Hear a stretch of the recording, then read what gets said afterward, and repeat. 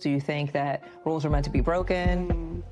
I think sometimes you need to break the rules if something's unfair, because if you know that something's unfair, you need to act. You need to, important word, you need to act. You need to do something. And I think that ties in, I'm trying to think of your last strength. Is it bravery? Yeah. And there's a big part of bravery that means you have to do something. And I think we're in this moment in this country where a lot of people are like, I'm afraid, or I don't know what to do, or I'm not going to act. I have to follow the rules, especially with these executive orders coming and saying we have to change all these things. So people are operating in fear instead of doing what's right and doing things to support people. So I think that's really important because a lot of people can get hurt in that. So you think about what happened last week when someone spoke out against what the president said, and he ended up getting in trouble for it. And I think that's also a big fear. When I said, if the teacher said to stop talking, would you continue to talk? But she now gave you a directive and said, then you could get in trouble, right? So is that part of the, maybe I should stop talking because she just said something to me and I'm not following the rules now and I could get in trouble? I don't like getting in trouble. So there's a fear, and I don't think anyone likes getting in trouble, but I think what happened with Representative Al Green, so he's the one that was like, this is not right, he was willing to take the punishment. Welcome to Living in 3D Power. Discover your truth, discern your path, determine your power. I'm Dr. Amber Sessoms, and together, let's unlock our power, build authentic connections, and foster collective liberation. Welcome back to episode 9 of Living in 3D Power. This conversation today, it matters because this world, y'all, it will try to name you before you even know your own name. It will tell you to stay quiet when your voice is needed the most. So what does it mean to know yourself, to stand firm when the ground beneath you is upending, to speak when silence is expected? These are the types of questions we're going to grapple with today with Emma. And it has something to teach us. Emma always has a lesson for us because a child's truth is clear. It's unburdened. She knows who she is at just 10. But the way she talks about fairness, courage, and hope, I hope that it encourages you as grown folks to embody what she's talking about. So as you listen, I want you to pay attention, not just to her words, but to what she stirs up inside of you. Her thoughts on self-awareness, on courage, on what it means to act when something isn't right. So let's get into it. It's me, it's me, it's me. It's me, it's me, it's me.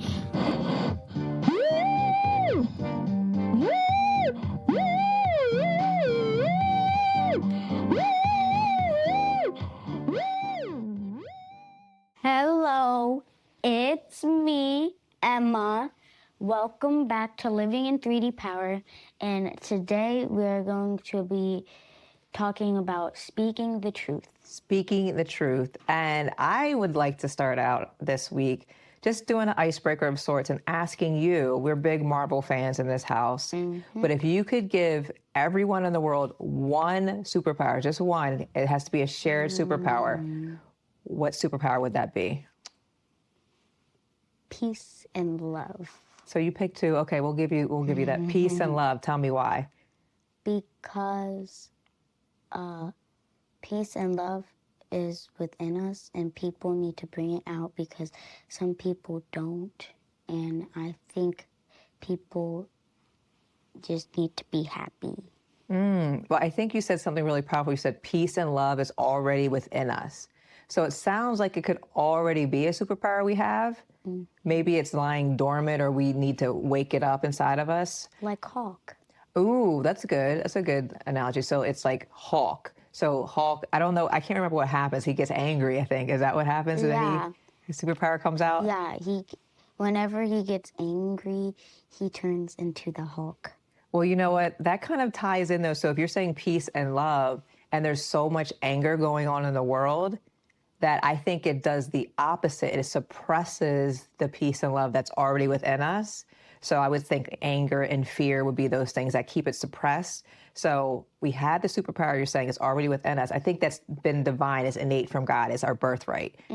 And then the world will do things to make sure that we keep it hidden. So you're saying we need something to agitate that within us. And part of my hope is that what's going on in the world now and all the frustrations and all the fear, it doesn't allow us to further dampen that. This will now be a moment we can rise up and say, you know what? Peace and love is what we need to bring forth into this country. So I love that, Emma, that you're saying something we already have, but we need people like you to remind us of that. So I think that's great. So the reverse Hulk effect. Okay. So last week you said something, you were just dropping all types of gems like you always do. And one of the things you said was you already knew who you were. You've always known. And that's been a constant theme through our conversations together. So when we talked about your strengths, you were like, I already knew this about myself. And I was like, oh, there's nothing that's going to surprise you that we uncover about you. You're like, I've already known this. I innately know myself, and this is the work that I do. So you're already doing your own work at 10. But I'm wondering, because you talked about knowing who you are and not letting others make you feel different. So you remember how you talked about your friends don't make you feel like you're different. So how do you think people figure out who they really are? I think that they figure out who they are when they're doing things they love. Oh, so tie that into how you learned about yourself even more, things that you love. I think that you need to explore to see what you don't like and what you do like. So, like, if your friends like something, you don't have to do it if you don't like it. But maybe you want to try it because you might find something else to discover about yourself. So can you give me an example in your own life where there are things that you know that you like and that gets you closer to knowing who you are? The space that you're making. Art. I think you get that naturally from Daddy, although Daddy says that I also was really creative, especially when I was younger. It just shows up differently now. So art. So how does art show you who you are? I think it's like my art style. I have a different art style than Maya. And, like, that's how I show my personality. And that's how Maya shows it. Yeah, I love that. And I think because you're both so attuned and focused on it, it gets you really close to knowing who you are. So it's something that hours and hours could pass by and you would just draw or you create these things. And I'll just see you, like last night you were like, look what I made. And you were just doodling and drawing. What was it? It was a picture of Maya next to Hero. And then Maya engaged with you. But I think two things can be true. So you do things that you love and you do that and hours and hours pass by. You don't even realize it. You can spend so much energy in that because you love it. But I feel like it never depletes you. So you always have energy to do the things that you love. And also it connects you with other people that love the same thing. So you and Maya have this connection with art. And especially last night when you were drawing and you were showing Maya, she's giggling and laughing. And then I think she started doodling too. Yeah. I think that's a really important thing. So we talked about finding your people. So when you are so attuned to who you are and passionate about what you do, you're going to find other people that you can bring into your circle that are also passionate. So I love that. So more and more focus on the things that you like. Also try some different things. And then you can say, I tried it. It wasn't for me. And I think you also said something about your friends might like things that you don't like. Yeah. But you said they're still your friends. And that's okay because you're all unique and they can like things that you might not necessarily like, but you can still be in community with them and also find another community of artists or people that you really like to engage with. So both can be true. I think that is really, really smart. Okay. So now I just want to switch gears because I just feel like every week, every day, the unfolding, what's happening in politics. And I want to get your perspective on something that's really big in the media right now about this idea of decorum, about being respectful and doing what's right and following the rules, even though other people aren't following the rules. So I want you to think about, say you have your teacher and she's telling you to follow this rule. You're already making a face before I even say the question, before I even ask the question. Your teacher wants you all in this class to follow this rule, and you're like, this rule is unfair. So would you speak up? Yes. You know what? I'm not surprised that you would speak up. Can you imagine how you would speak up in class. So say she's saying, there was actually an experiment about this. It's coming back to me. So Jane Elliott, I was able to be a thought leader when she came to Penn State Harrisburg. Jane Elliott was an elementary teacher during the time that Martin Luther King Jr. was assassinated. And she's a white woman. I can't remember where she lives, but she was so enraged and so angered and so hurt by his assassination. And she came up with this experiment called brown eyes and blue eyes, or blue eyes, brown eyes. I can't remember which one she put first. And what she did was she separated the class, not by race, but the blue eyed students in the class, I think they had collars on. The brown eyed students didn't have collars. And what she did, she just evoked this sense of difference among them. So she would say things like, well, you know, those blue-eyed kids, and I'm not verbatim exactly what she said. Well, say she was like, these blue-eyed kids are so stupid, or they're immature, or they steal. And what started happening is the brown-eyed kids and the blue-eyed kids started, I mean, there was even, I think, a fight on the playground, and then she interviewed them, but it turned into this whole epiphany on how we can just say something about a group of people that's not true. And then the other group believes it, because what was she doing? She was affirming one group by putting down another group. So it makes me think of when I asked you if you had a teacher or your teacher was in class and she created this rule, would you stand up? So thinking about that brown-eyed, blue-eyed experiment, and because you have brown eyes, right? Our eyes are so dark, they're almost black. Yeah. And think about your blue-eyed students in the class. So you're in class and your teacher is saying negative things about your blue-eyed friends. There's only like Not that many. 4. Yeah. But think about that. So she's separating them. She's saying these negative things, and all the brown-eyed kids start believing it, and the blue-eyed kids start feeling bad, and it starts this fight. How do you think you would have responded to that? I would have been like, it's not true, it's fake, don't listen to her. But if they didn't listen to me, then I would listen to the blue-eyed group, because I know it's not real. So you would listen to the blue-eyed group that was being picked on or put down, and that's very true to who you are and your values and thinking about fairness and love, and you're going to gravitate towards the people that are being harmed the most and saying, I support you, I care about you, I know this is not true about you. But think about how easily it is for lies and this idea of difference to seep in, right? She did this experiment in the 60s, and it rang true today. Thinking about what's happening in the media about how we can say people that are immigrating here or crossing the border don't belong here, or they're criminals and they're all these horrible things. And we know that they're super hard workers and they keep our country running. And they also pay taxes when they're not even citizens. So all of these things are contributing to society. And in any group of people, there's going to be some people that are not so great or that are bad, but it doesn't speak for the entire group of people. So I think that's another thing we think about difference. It's kind of like our classroom. If one person gets in trouble, the whole class gets in trouble.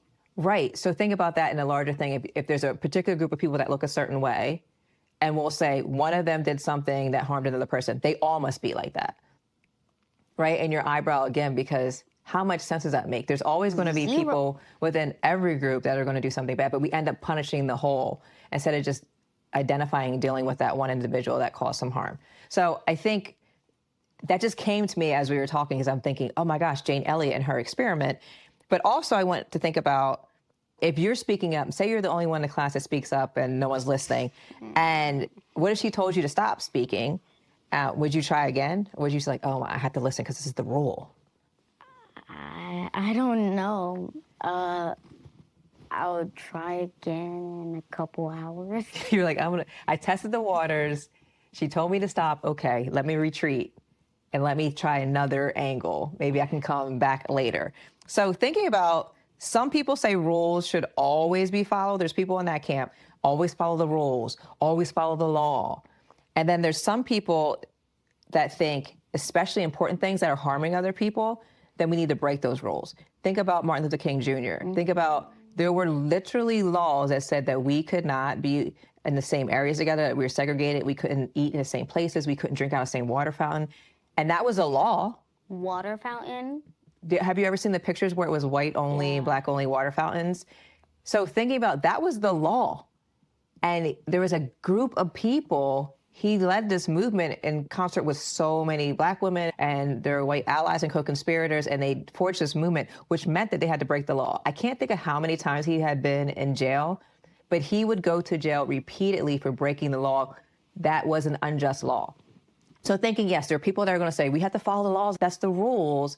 But there are those of us that say those rules are meant to be broken because they're not fair. So thinking about that, what do you think? Do you think that we should always follow the rules? Do you think that rules are meant to be broken? I think sometimes you need to break the rules if something's unfair, because if you know that something's unfair, you need to act. You need to, important word, you need to act. You need to do something.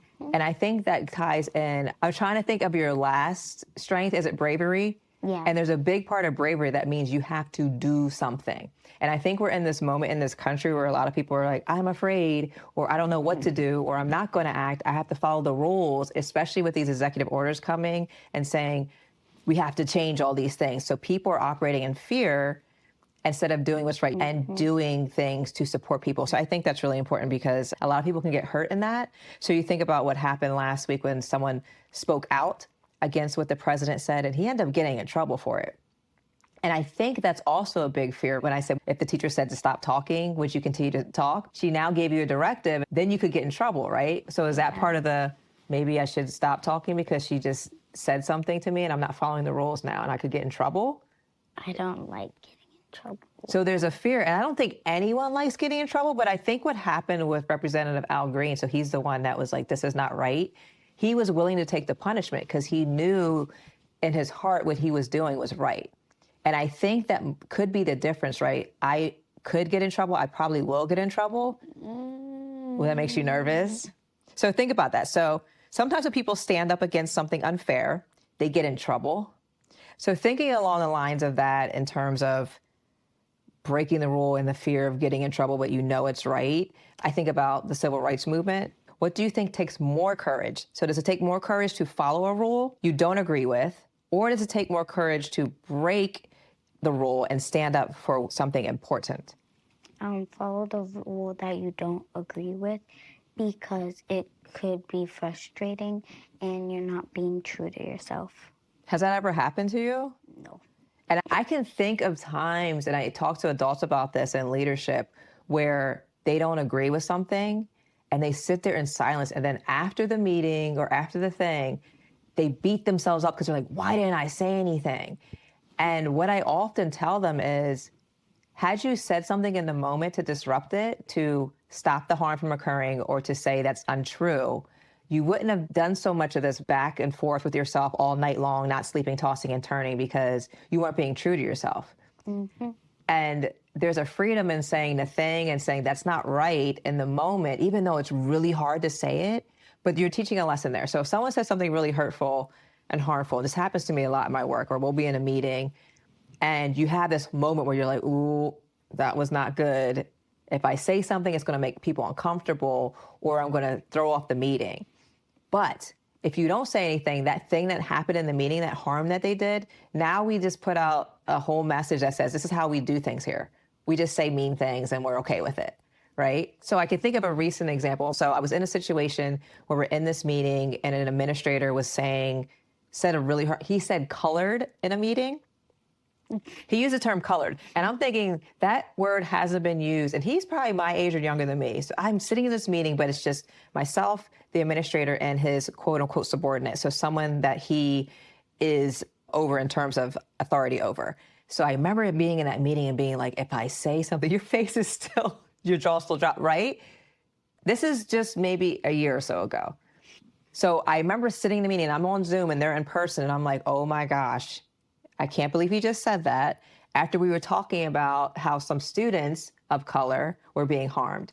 But I made a choice in that moment. And I didn't say anything in the moment, which I often do, because I was reading the room and I was thinking, if I say this, he's going to freak out because I'm now reprimanding him, quote unquote, reprimanding him in front of someone that he is a manager over, a leader over. So what I did was, I sent him a message afterwards and said, we need to talk about what happened in that meeting. I didn't hear back from him. But what I did was I contacted the other person in the meeting, and I said, I just want you to know what was said in that meeting wasn't okay. And here's the thing, and here's the importance about why we need to speak up in the moment, because she told me, I looked at you and you didn't say anything, so I thought it was okay. But that's the thing, right? If we are silent, then we're teaching a lesson. So what I could have, if I would have let it go, that woman would have thought it was okay to say that word. But I went back and I said, it wasn't okay to say that, here's why. And then I had a conversation with the other person, and I'm glad I did it separately because he did freak out. But that's beside the point. But thinking about when we have a choice to make, if we say the thing, it disrupts this notion about we are just mean people, we're just mean girls here. That might be something you might be learning in Club Affiliate. So we'll see. Like, how do you have courageous conversations? How do you say the thing? Have you learned any of that yet? Well, we're doing a role play. Oh, that's always helpful. I do that a lot with adults too, because you need to practice being courageous because people get afraid. I'm the bully. Oh no. I didn't want to be, but I was trying to be nice because the other girl wasn't here, and I thought she didn't want to be the bully, so I decided to be the bully. Oh my goodness. So did you already do the role play? No. You just got assigned. Okay. So, but you're feeling very uncomfortable because you don't want to be the mean person. Yeah, I'm like, But I think it's really good practice. So maybe y'all can switch and then you can be the other person. You can get the experience. But I think role plays are often really powerful ways to practice something and rehearse something before you have to do it for real. And it gets you comfortable with that. So I think that's a really, really helpful and powerful tool. Okay. The next question I want to ask you is, because everything that's happening in the world, people are feeling really overwhelmed. People have been saying to me, I'm feeling really sad. I think that has a lot to do with the weather. Right now, if you're watching, y'all, you can see the natural light coming through because we live in Pennsylvania and we spring forward. We pushed our clocks forward so we get an extra hour of sunlight. Thank God, because it was, right? It was so yes, I was like gloomy. Like at 5:30, I was like, it was getting dark outside. The moon's out. Right, the moon's out. So now we get an extra hour of sunlight, and people that suffer from something called seasonal affective disorder or SAD, because when you don't get enough sunlight, our brains, there's a gland in our brain called the pineal gland, and it needs sunlight. It needs sunlight to hit it, and it helps you releasing these positive hormones into your body to make you feel better. And when we are in this winter season, a lot of people are sad. I've seen on social media, we made it, y'all. Now the sun won't set until 7:05. We made it through seasonal affective disorder. 7:05? Yeah, it's pretty exciting. This is also why we have to have some room darkening curtains sometimes, because you go to bed pretty early and that sunlight can kind of keep you up. Okay. I'm like, but thinking about that, people have been feeling really overwhelmed because I think the weather, with the current administration, all the things that are happening, all the uncertainty. And when you feel overwhelmed by what's happening in the world, what do you do to feel better or make a difference? wait. Oh, wait, you have to go grab something? Sorry, y'all. She'll be right back. I can imagine. Oh, she's going upstairs. So Emma has in her room an entire drawer filled with fidgets. So when I worked as a school psychologist in the building, I had a whole box that contained a box of fidgets. So it could be magic putty, clay, spinners, just different things. So when students came in to talk to me about some of the trials they were going through, they could distract themselves so they could talk more freely by playing with something as they were talking. Or sometimes they would just come in my office and I wouldn't say a word and they would just go to the fidget box and they would just play because it would de-escalate, it would calm them down. It's a really great grounding technique. I still have fidgets. Emma has a whole box, like I said, and here she comes back. So I was just killing some time while you went to get something. So the question I asked you was, what do you do when you feel overwhelmed? And if you're not watching, y'all, she has this plastic, I don't know, what kind of bird do you think that is? Eagle? An eagle. And it has a beak, a hooked beak like an eagle would have. And Emma is holding out her pointer finger and she's balancing this eagle on her finger. So tell people why that's the first thing when I ask when you're overwhelmed, what do you do? Why did you go run and grab that from your room? Because I like the way it moves, and I like the way how you can just like do it, and I like the way it feels on your finger. How does it help calm you down? So you visually, you're seeing something, you're saying you like the way it feels, you like the way it looks. How does that help ground you? Because I feel calm and I feel safe. I think that's good, calm and safe. And I think what it also does, it kind of refocuses your energy on something else. So if you're feeling really frustrated, angry, scared, if you take your eyes off that, I don't know how easy it would be to take your eyes off of it. Maybe you're still doing it, and you're even moving your pointer finger, but it gives you something. Oh, you did drop it. So maybe part of holding that on your finger is that you have to be focused on it with your vision, right?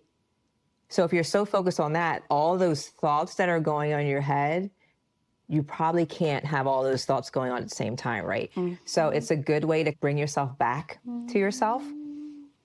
And what are some other things that you do to ground yourself when you're feeling overwhelmed or sad or frustrated? I like to listen to music, not Billie Eilish. Yeah, we talked about this. no. Billie Eilish and Nirvana. I was like, we can do better choices of I that. listen to pop music and I color.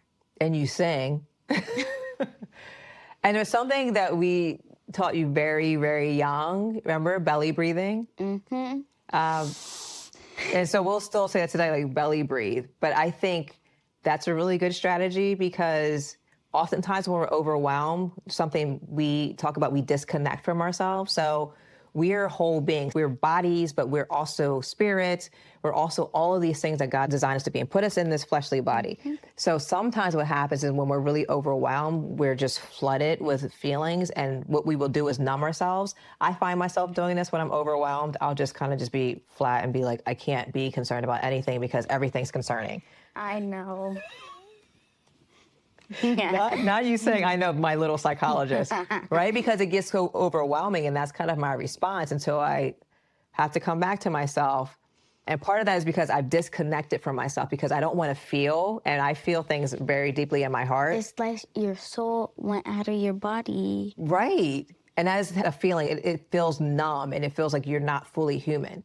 So there's a hamster wheel that goes on in my chest. And part of the reason why I disconnect because I don't like how that feels. But instead, what I've been learning through therapy and doing my own work is there's a lesson that I need to learn. Your body is one of your greatest teachers, so I need to lean into that and get curious about, there's a hamster wheel going on in my chest. It feels like literally a hamster's running on my chest. Really? Yeah. So what is that here to teach me? Something's going on, I'm uncomfortable, or I feel stressed.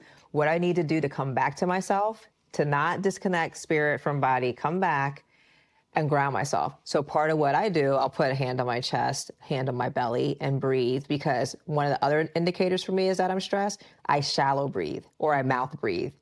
So I'm not taking deep cleansing breath, I'm just taking really short breaths.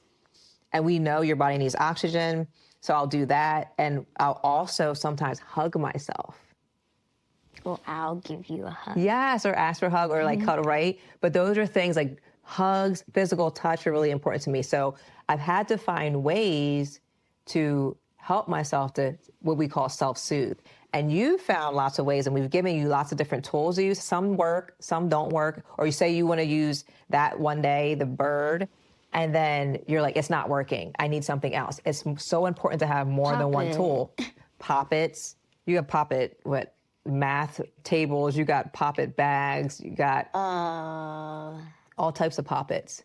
Sometimes it's just like a squishy or a little fuzzy animal, or even the dogs, or mommy, daddy, sometimes your sisters. You made a face. 50-50. 50-50. But you have to have more than one tool to use, because sometimes that's not going to work. Remember the other week I said, let's work on a positive affirmation. And what did you say? I said, use one of your positive affirmation cards. And you were like, they don't work.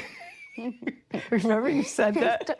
They don't, though. Maybe for that particular situation it didn't work because you were saying really negative things about not thinking you could do really well on math. And I was like, let's pick a positive affirmation. You're like, they don't work. So you found a different tool to use. And I think you used a squishy. Yeah. And that's important. You can't put all your eggs in one basket. That's an older saying. Like, you don't put all your things in one area, because when you try to use that tool, you're like, it's not working. So if I only relied on my affirmation cards and it's not working, what else am I going to use? And then I'm going to be lost. But you're like, okay, affirmation cards aren't working today. I'm going to my fidget box. Awesome. I love it. I have a lot of fidgets. You do. If you counted them, I'd say you probably have over 100. I think I have like 150 something. You might. And then you I made don't know. some, but yeah, I think it's great. I definitely don't have as many as you, but they do come in handy. Okay, y'all. So we are at the end here, and what I want to ask you is a seal bark? Yeah. Listen, all right. So if you could teach the whole world one lesson, what would it be? Let's think. Self-love? Oh, that's important. How would you teach that to people? I would teach them to be their self and to not change who they are physically and mentally. Come on, physically and mentally. Is that what you're saying? I think that's a really important point, to not change yourself physically. And I think it's really important, particularly for women. I think women struggle a lot, and you probably start seeing this as girls too. And you'll get on me about this sometimes with my You're body changing. beautiful. Right. And I appreciate you saying that. In a world, particularly for women, there's so many images as how we have to be a certain size, look a certain way. So not a lot of true. women, some women, I would say there might be a lot though, that will do things to augment themselves, whether it is liposuction or different plastic surgeries they'll do to change what they look like. Why are you making that face?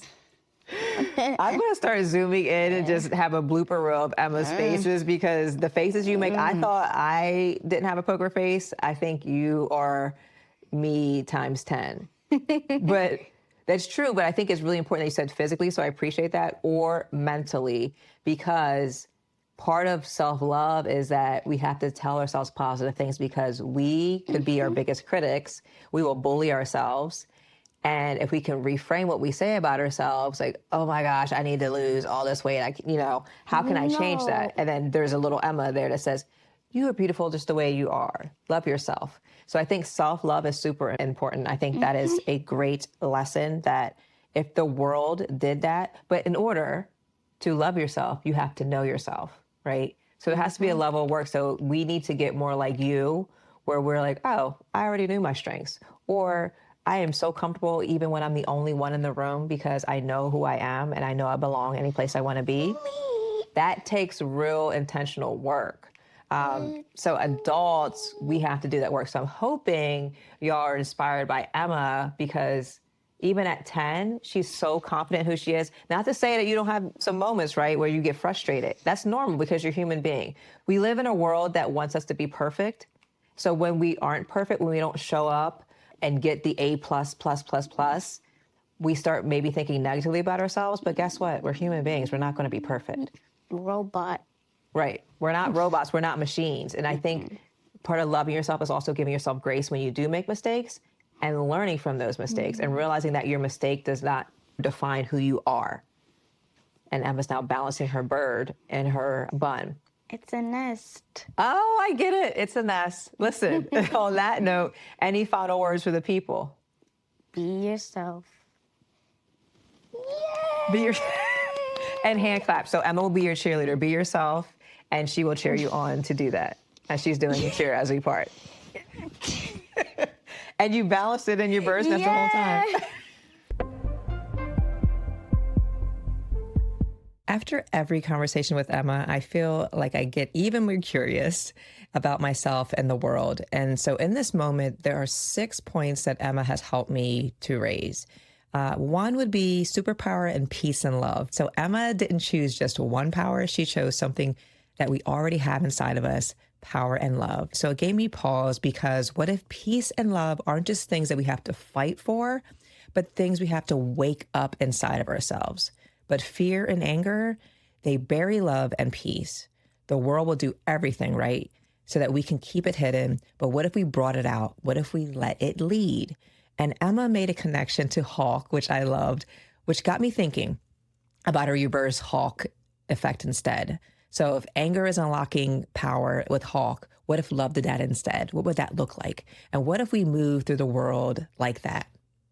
2, knowing who you are and standing up for yourself. So Emma said, you figure out who you are when you're doing what you love. So think about that. She believes you figure out who you are by paying attention to what makes you come alive. I love talking about that. How many of us have lost touch with that? How many of us don't even know what we love? How many of us have never even given ourselves permission to explore it? So self-discovery isn't guessing, it's an unfolding process, a returning. And when you know yourself, you find people that align with that. And because you're walking in your truth, truth recognizes truth.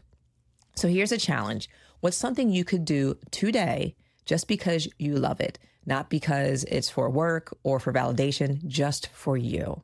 All right, 3, courage and breaking the rules for justice. So the Jane Elliott experiment, right? How quickly does a lie become a belief? How easily do people accept what is told about themselves and others? And Emma's response was, I would tell those blue-eyed people that it's not true. And that's the lesson. The world runs on unchallenged narratives. Speaking up, naming what is false isn't just an act of defiance, it is a necessity, y'all. But at what point do we as adults start hesitating? When do we go from, that's not true, like Emma, to maybe I shouldn't say anything? Because silence lets in harmful narratives and they grow and they fester. And when we let those lies persist, they don't just harm the people they're aimed at, they rot the soul of the people who believe them too. 4, the cost of speaking up and the fear of getting in trouble. So Emma said something that stuck with me. I don't like getting in trouble. And I felt that because honestly, most of us don't. We don't want the backlash. We don't want the discomfort. We don't want to take the risk. And yet I know that staying silent when something is wrong is not obedience. It is self-betrayal. And Representative Al Green, he stood up. He spoke truth to power and he was punished for it because the truth, it disrupts. It always has. But the real question isn't whether breaking an unjust rule is risky. It's whether following it, knowing it's wrong, isn't the greater harm. And 5, how do I ground myself when the world feels really heavy like it does now? And Emma, she got a whole toolkit, y'all. She has fidget toys, she listens to music, she sings, she draws, simple things that bring her back to herself. And that is the thing. Grounding isn't about escaping. It's about returning. It's about refusing to let the world pull you so far away from yourself that you forget what steady feels like. So hugs, she says, and reminding herself that she's safe. I do the same thing. And that is the root of it all. The root is that we need to feel safe in a world that often demands otherwise. So what's in your toolkit? When the weight of the world feels like too much, how do you come back to yourself? For me, it's gospel music, it's lo-fi beats, it's waking up before the house stirs so I can have quiet time. It's lighting candles, it's deep breaths, it's hot tea, and even fidget toys. So 6, the final lesson Emma left us with is be yourself. And that is a resounding proclamation from her. It's simple, but it's not easy, y'all. But she reminds us that self-love is not indulgence, it's protection. It's an act of saying, I do not need to change myself physically or mentally to fit in someone else's idea of me. The challenge, though, in a world that profits from our insecurities, how do we practice radical self-acceptance, radical self-love? And the reminder is you are already enough. You just have to remember who you already are. So in closing, y'all, Emma's wisdom is clear.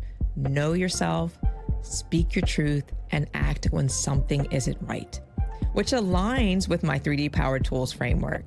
And that's discovering who you are, discerning the truth, and determining the action that leads to a more liberated world. We have to act.